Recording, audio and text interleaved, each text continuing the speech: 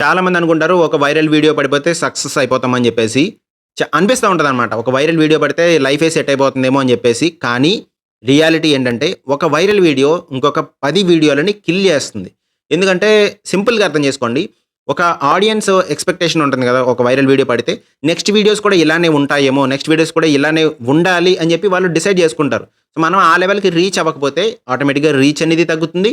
వాళ్ళ expectations high లెవెల్‌లో ఉండడం వల్ల ఛానెల్ కూడా స్లో అయిపోతుందనమాట. అండ్ సెకండ్ పాయింట్ వచ్చేసి మనం ఎంత కష్టపడినా సరే మనం లాస్ట్‌కి అల్గారిథం మీద డిపెండ్ అవ్వాల్సిందే. ఎంత మంచి కంటెంట్ చేసినా అల్గారిథం పుష్ చేయకపోతే మన ఛానెల్ అనేది వేస్టే అనమాట. డెడ్ అయిపోతుంది. ఇది ఒక క్రియేటర్ చేతుల్లో ఉండదు. మనం కంటెంట్ ఎంగేజింగ్‌గా చేయడం వరకే మన చేతుల్లో ఉంటది గానీ, బయట ఎక్స్‌టర్నల్ ఫ్యాక్టర్స్, ట్రెండ్స్ ఎలా నడుస్తున్నాయి, ఏ కంటెంట్ ఎక్కువ చూస్తున్నారనేది మన చేతుల్లో ఉండదు. సో, మన ఫ్యూచర్ ఏదైతే ఉందో అది మన కంట్రోల్‌లో కంప్లీట్‌గా ఉండదనమాట. ఒక టైమ్ ఫ్రేమ్‌లో వైరల్ అయిన టాపిక్స్ మరొక టైమ్ ఫ్రేమ్‌లో వైరల్ అవ్వకపోవచ్చు కూడా. సో, అల్గారిథం మీద మనం డిపెండ్ అవ్వాల్సిన సిట్యుయేషన్ ఉంటుంది. అండ్ ఇంకొక ఇంపార్టెంట్ పాయింట్ ఏంటంటే కన్సిస్టెన్సీ అనేది చాలా చాలా మెంటల్ ప్రెషర్. మీరు యూట్యూబ్ స్టార్ట్ చేయాలనుకుంటున్నారు కానీ ఎక్కడ స్టార్ట్ చేయాలో అర్థం కావట్లేదా? చాలా మందికి ఇదే ప్రాబ్లమ్ ఉంటుంది. ఛానెల్ క్రియేట్ చేస్తారు, వీడియోస్ అప్లోడ్ చేస్తారు, వ్యూస్ మాత్రం జీరో, అస్సలు రావు. రీజన్ ఏంటంటే సరైన స్ట్రాటజీ ఉండకపోవడం వల్ల. అందుకే నేను ఒక లైవ్ వర్క్షాప్ కండక్ట్ చేస్తున్నాను ఈ సాటర్డే 28 మార్చ్. ఇందులో నేను చాలా విషయాలు ఎక్స్ప్లెయిన్ చేయబోతున్నాను. ఛానల్ స్టార్టింగ్ దగ్గర నుంచి 1000 సబ్స్క్రైబర్స్ ఎలా తెచ్చుకోవాలి, వీడియోస్ వైరల్ అవ్వడానికి స్ట్రాటజీస్ ఎలా ఉపయోగించాలి, ఏఐ టూల్స్ని ఎలా ఉపయోగించుకోవాలి. ఇది కంప్లీట్గా బిగినర్ నుంచి ఇంటర్మీడియట్ లెవెల్ వరకు చాలా యూస్ఫుల్గా ఉంటుంది. లింక్ డిస్క్రిప్షన్లో ఉంది. లిమిటెడ్ సీట్స్ మాత్రమే అవైలబుల్గా ఉన్నాయి. ఎందుకంటే నాకు కావాల్సింది సీరియస్ యూట్యూబర్స్ మాత్రమే. అండ్ ఇంకొక ఇంపార్టెంట్ పాయింట్ ఏంటంటే కన్సిస్టెన్సీ అనేది చాలా చాలా మెంటల్ ప్రెషర్. రోజు వీడియో పెట్టాలి, లేకపోతే 2 వీక్స్కి ఒకసారి వీడియో పెట్టాలి, లేకపోతే వీక్లీ ట్వైస్ వీడియో పెట్టాలని చెప్పేసి చాలా ప్రెషర్ ఉంటుంది. బయటికి మనం వీడియోస్ పెడుతూ ఉంటాం కానీ లోపల ఐడియా లేకపోయినా సరే వీడియో చేయాలి, మూడ్ లేకపోయినా సరే కెమెరా ముందు నవ్వాలి, లైఫ్లో ఎన్ని ప్రాబ్లమ్స్ ఉన్నా సరే కంటెంట్ మాత్రం చేయాలి. ఇది స్లోగా మెంటల్ని డ్రైన్ చేస్తుంది అనమాట. ఒక మెంటల్ ప్రెషర్ని క్రియేట్ చేస్తూ ఉంటుంది. సో, ఇది చాలా చాలా ఇంపార్టెంట్ పాయింట్. జనాలు చాలామంది ఇక్కడే స్ట్రగుల్ అవుతూ ఉంటారనమాట. అండ్ ఫోర్త్ ఇంపార్టెంట్ పాయింట్ వచ్చేసి కంపారిజన్ ట్రాప్. చాలామంది ఛానల్స్ మనకు కనిపిస్తూ ఉంటాయి. వాళ్ళకి ఇన్ని వ్యూస్ వచ్చాయి, మాకెందుకు రావట్లేదు. ఈ కంపారిజన్ ఏదైతే ఉందో ఇది చాలా డేంజరస్ అనమాట. ఇది మోటివేషన్ కాదు, వేరే వాళ్ళకి వస్తున్నాయి కాబట్టి మనకి రావాలని అనుకోవడం తప్పులేదు, కానీ ఇది కాన్ఫిడెన్స్ని తగ్గిస్తుంది. పక్కన వాళ్ళకి సేమ్ కంటెంటో లేకపోతే ఇంకా తక్కువ వాల్యూ ఉన్న కంటెంటో, తక్కువ క్వాలిటీ ఉన్న కంటెంటో పెట్టి వాళ్ళకి వ్యూస్ వస్తే మన కాన్ఫిడెన్స్ అనేది డ్రైన్ అయిపోతూ ఉంటుంది అనమాట. ఇది కూడా ఒక మేజర్ ఫ్యాక్టర్ ఈ కంటెంట్ క్రియేషన్ పాయింట్ ఆఫ్ వ్యూలో. అండ్ ఆడియన్స్ సపోర్ట్ ఏదైతే ఉంటుందో అది ఎప్పుడైనా సరే టెంపరరీ మాత్రమే. ఈరోజు నిన్ను ఎక్కడో ఎక్కిస్తారు, అసలు తోపు అంతకు మించి లేదని చెప్తారు. కానీ రేపు ఇంకొకరిని వాళ్ళు చూస్ చేసుకుంటారు. వాళ్ళకి బెస్ట్ ఏది అనిపిస్తే అది చూస్ చేసుకుంటారు.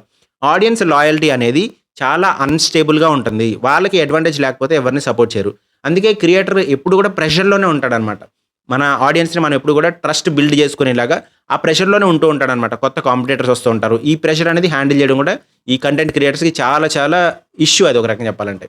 హేట్ కామెంట్స్, 100 కామెంట్స్ మంచివి వచ్చినా సరే ఒక్క నెగెటివ్ కామెంట్ మైండ్‌లో ఎక్కువసేపు మిగిలిపోతది.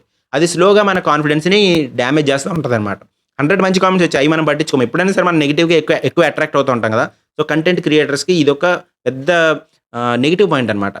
అండ్ మనీ రియాలిటీ, ఇది చాలామంది ఎవరు చెప్పరు. బయటికి కనిపించేది YouTube is equal to easy money అని చెప్తారు. కానీ రియాలిటీ ఏంటంటే యాడ్స్ రెవెన్యూ కూడా అన్‌స్టేబుల్‌గా ఉంటుంది. బ్రాండ్ డీల్స్ కూడా అన్‌ప్రెడిక్టబుల్‌గా ఉంటాయి. ఎవరికి వస్తాయి, ఎవరికి రావనేది వాళ్ళ మెట్రిక్స్ వాళ్ళకు ఉంటాయి కాబట్టి మన సైడ్ నుంచి మనం ఎంత పుష్ చేయడానికి ట్రై చేసినా ఆ బ్రాండ్ డీల్స్ అనేవి స్పెసిఫిక్ ఛానల్స్‌కి మాత్రమే వస్తూ ఉంటాయి.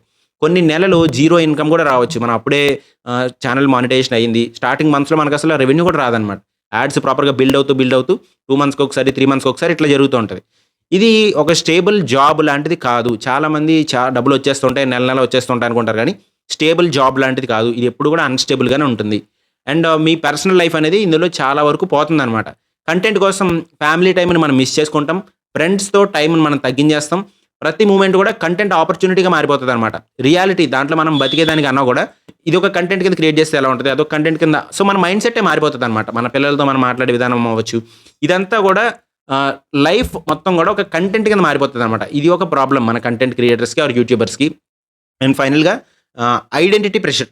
ఒకసారి ఆడియన్స్‌కి నచ్చిన పర్సనాలిటీ క్రియేట్ చేస్తే మనం దాన్ని మెయింటైన్ చేయాలి. అంటే మనం బాగా కామెడీగా చేస్తున్నాం అనుకోండి, మనం రియల్ లైఫ్‌లో అంత కామెడీగా లేకపోయినా ఆ వీడియో వైరల్ అయిందంటే గనుక తర్వాత కూడా మనం కామిక్‌గానే ట్రై చేస్తూ ఉండాలి.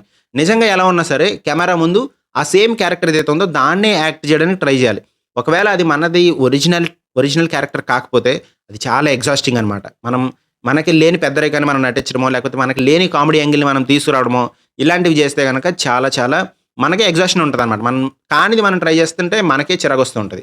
అండ్ ఇంకొక పాయింట్ ఏంటంటే బర్న్‌ఔట్ అయిపోతూ ఉంటాం. ఇది బిగ్గెస్ట్ డార్క్ రియాలిటీ. ఒక స్టేజ్ తర్వాత మనకే ఇంట్రెస్ట్ తగ్గిపోతదనమాట. క్రియేటివిటీ బ్లాక్ అవుతుంది. స్టార్టింగ్‌లో మనకి చేయాలి అని అనుకున్న క్రియేటివిటీ ఉంటుంది చూసారా? అది స్లోగా డ్రాప్ అవుతుందనమాట. క్రియేటివిటీ బ్లాక్ అంటారు దీన్ని. సో, వీడియో చేయాలని కూడా అనిపించదు.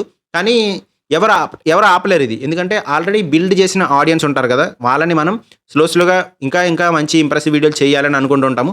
సో, దాన్ని మనం తీసుకెళ్ళాలనుకుంటే గనక ఈ ఈ డ్రైనింగ్ అనేది మనకు స్లోగా ఉంటదనమాట. ఎగ్జాషన్ అయిపోతూ ఉంటాం కంప్లీట్‌గా ఒక మంత్స్‌కో లేకపోతే కొన్ని ఇయర్స్‌కో. ఫైనల్‌గా యూట్యూబ్‌లో కనిపించేది సక్సెస్ కాదు. యూట్యూబ్‌లో కనిపించని స్ట్రగుల్ ఉంటదనమాట. సక్సెస్ మాత్రమే చూస్తారు అందరూ. సక్సెస్ గురించి చాలా చెప్తారు. ఎందుకంటే దాని నుంచి కూడా వ్యూస్ రావాలి కాబట్టి. కానీ దాని వెనకాల ఉన్న స్ట్రగుల్స్ ఎవరో చెప్పరు. So, dark reality of YouTube content creators గురించి మనం ఇప్పుడు క్లియర్‌గా మాట్లాడుకున్నాము. కంటెంట్ క్రియేషన్ అనేది జాబ్ కాదు. చాలామంది ఇది జాబ్ అనుకుంటుంటారు. మంత్లీ సాలరీ అంటూ ఉంటారు. ఇది ఒక సైలెంట్ బ్యాటిల్. సో, ప్రతి వీడియోలో కూడా మనం ఒక సీక్రెట్ బ్యాటిల్ లాంటిది వెనకాల ఫైట్ చేస్తూనే ఉండాలి. అది ఒక్కొక్క స్టేజ్‌లోనే ఒక్కొక్కలా ఉంటది. స్టార్టింగ్‌లో ఒకలా ఉంటది. కొన్ని వీడియోస్ పెట్టిన తర్వాత ఒకలా ఉంటది. 6 మంత్స్ అయిన తర్వాత ఒకలా ఉంటది. 1 ఇయర్ అయిన తర్వాత ఇంకొకలా ఉంటుంది. సో, ఇలా చాలా ఫ్యాక్టర్స్ కంటెంట్ క్రియేటర్స్‌కి ఒక రకంగా చెప్పాలంటే ఇది డార్క్ రియాలిటీ అనమాట. ఒరిజినల్ బయట నుంచి చూసే వాళ్ళకి ఒకలా ఉంటుంది. కంటెంట్ క్రియేటర్స్‌కి ఇంకొకలా ఉంటుందనమాట. అన్‌లెస్ మీరు ఆ షూస్‌లో ఉండి మీరు ఆ కంటెంట్ క్రియేటర్స్ లైఫ్ అనుభవిస్తే తప్ప ఆ ప్రాబ్లమ్స్ అనేవి మీకు అర్థమవ్వదు. సో, ఈటిల్లో ఈ ఓవరాల్‌గా నేను చెప్పిన పాయింట్స్‌లో మీరు వేటిలతో ఏకీభవిస్తారు? మీరు కంటెంట్ క్రియేటర్ అయితే గనక ఈ పాయింట్స్‌లో ఏ పాయింట్ మీకు అనిపించింది అనేది కింద కామెంట్ సెక్షన్‌లో మెన్షన్ చేయండి. అప్పుడు జనాలకి బయట ఆడియన్స్‌కి అర్థమవుతదనమాట. మనం పడుతున్న స్ట్రగుల్స్ గాని, మనం గో త్రూ అవుతున్న ఈ ప్రాబ్లమ్స్ కానీ మిగతా ఆడియన్స్‌కి అర్థమవుతాయి. మిగతా క్రియేటర్స్ కూడా అర్థమవుతాయి.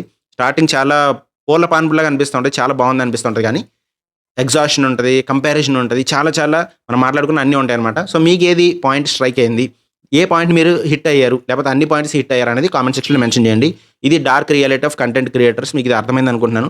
ఈ కంటెంట్ మీకు నచ్చితే గనక మీరు ఏకీభవిస్తే గనక లైక్ చేయండి, సబ్స్క్రైబ్ చేసుకోండి, షేర్ చేయండి. కొత్త క్రియేటర్స్‌కి వాళ్ళకి షేర్ చేయండి. సో దట్ వాళ్ళు అవేర్ ఉంటారు. ఇవన్నీ నేను భయపెట్టాలని చెప్పట్లేదు గానీ, అవి తెలుసుకోవడం వల్ల వాటిని మనం అధిగమించి ఆప్షన్ కూడా మనకే ఉంటదనమాట. అలా కాకుండా స్లోగా అందులోకి డ్రైన్ అయిపోయే దాంట్లోకి వెళ్ళిపోయామనుకోండి. సో, మెంటల్ డ్రైనేజ్ గాని వాటిలోకి వెళ్ళిపోయాం మనం. సో, దాని తర్వాత మనం బయటికి రాలేమనమాట. ముందే మనం తెలుసుకున్నాము. ఓకే. కొన్ని వీడియోస్ తర్వాత మనకి ఇలా అనిపిస్తది అని ముందే తెలుసుకున్నామనుకోండి, వాటిని కరెక్ట్ చేసుకోవడానికి మన చేతుల్లోనే ఆపర్చునిటీ ఉంటుంది. సో, దానికోసమే ఈ డార్క్ రియాలిటీ అనేది నేను ఎక్స్‌ప్లెయిన్ చేయడం జరిగింది. So, like, share, subscribe and stay tune to మంచి వీడియోస్ రాబోతున్నాయి. సబ్స్క్రైబ్ చేసుకోండి. హైప్ పాయింట్స్ కూడా ఇవ్వండి. చాలామంది హైప్ పాయింట్స్ ఇవ్వట్లేదు. హైప్ పాయింట్స్ కూడా ఇవ్వండి. సో దట్ వీడియో ఇంకా ఎక్కువ మందికి రీచ్ అవ్వడానికి హెల్ప్ అవుతుంది. Thank you very much. అందరం కలిసి గ్రో అవుదాము. ఎంత స్ట్రగుల్ ఉన్నా సరే మనకి ఇంట్రెస్ట్ కాబట్టి మనం దీన్ని ఖచ్చితంగా చేసుకుంటూ మనం ముందుకెళ్దాము. మీకు ఎటువంటి హెల్ప్ కావాలన్నా సరే మీరు ఖచ్చితంగా కామెంట్ సెక్షన్‌లో అడగొచ్చు. మిగతా పాయింట్స్ అన్ని కూడా మనం మల్టిపుల్ వీడియోస్‌లో మనం డిస్కస్ చేసుకుందాము. Stay tuned. Subscribe to Vikas Telugu tech. Thank you very much. అందరం కలిసి గ్రో అవుదాం. బై.